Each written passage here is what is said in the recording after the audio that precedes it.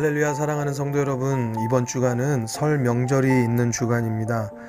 우리가 내일 수요 말씀을 보내드리고 그 다음 목요일에는 가정 예배 말씀을 보내드리도록 하겠습니다. 여러분들께서 주일에 받으신 가정 예배문을 통하여서 함께 자녀들과 예배 드릴 수 있게 되시기를 바랍니다. 또 혹시 모이지 못하시는 분들은 자녀들에게 그 가정 예배 말씀을 보내어 주셔서 그들이 하나님의 말씀 안에서 복된 자녀들이 될 수 있도록 기도하고 또 그렇게 인도해 주는 부모님들이 되시기를 주님의 이름으로 부탁을 드립니다.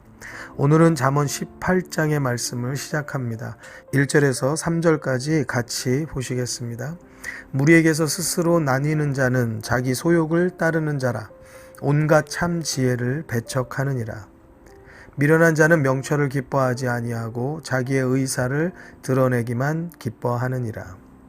악한 자가 이를 때에는 멸시도 따라오고 부끄러운 것이 이를 때에는 능욕도 함께 오느니라.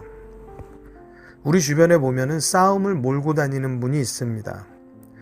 그분만 있으면은 싸움과 다툼이 벌어지는 거죠. 또 어떤 분은 분열을 몰고 다니는 분이 있습니다. 그분만 있으면 희한하게 자꾸 나뉘어지는 거예요. 이 편으로 저 편으로 분열되어지는 것을 보게 됩니다. 우리가 앞서 보신 잠언 18장 1절에서 3절까지에 나타나는 자기 소욕을 따르는 자들, 그리고 미련한 자들, 또 자기 의사를 드러내려 하는 자들, 또 악한 자들, 이런 사람들이 바로 이러한 다툼과 싸움과 분열을 만들어내는 일들을 많이 보게 됩니다.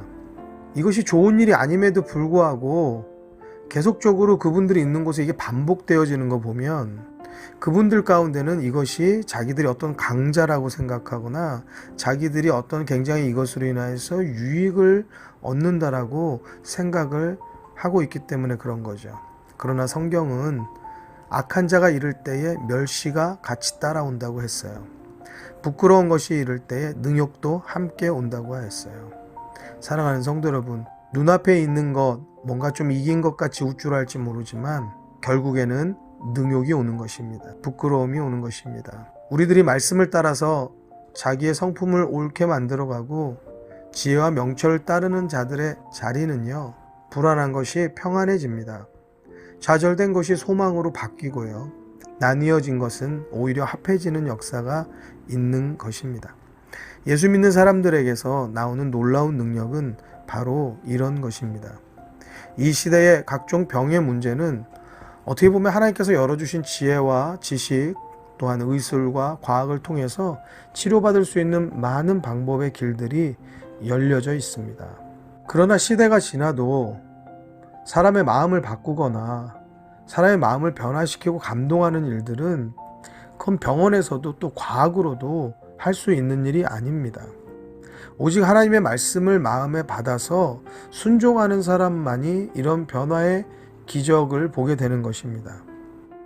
또한 그 말씀을 가슴에 담은 자가 있는 그 자리는 그들의 영향력을 통하여서 다시 또 기적의 현장으로 바뀌는 것이죠. 우리 모두가 그런 빛된 성도로서 어디서든지 선한 영향력을 나타내는 성도가 되어야 하겠습니다.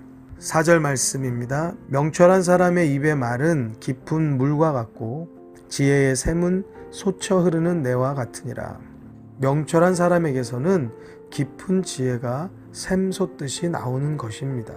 그러나 5절에서부터 9절에 있는 말씀을 보면은요, 악인을 두어 하는 것과 재판할 때에 의인을 억울하게 하는 것이 선하지 아니하니라. 미련한 자의 입술은 다툼을 일으키고 그 입은 매를 자청하느니라. 미련한 자의 입은 그의 멸망이 되고 그 입술은 그의 영혼의 그물이 되느니라.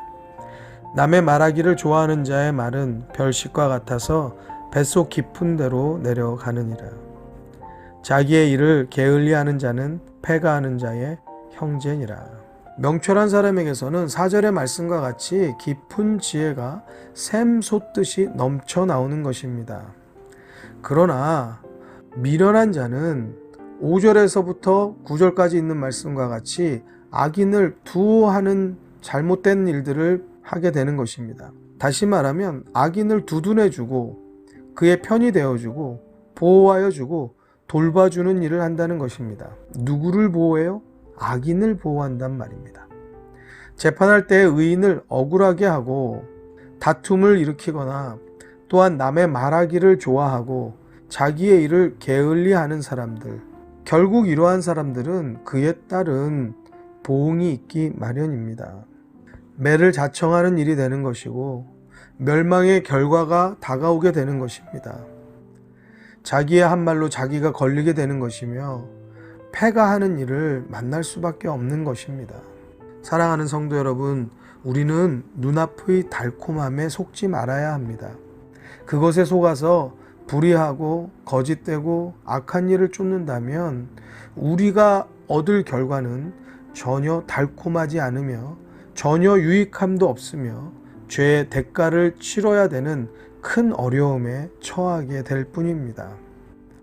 우리를 속이려고 달콤하게 다가오는 일들이 세상에 참 많은 것을 봅니다.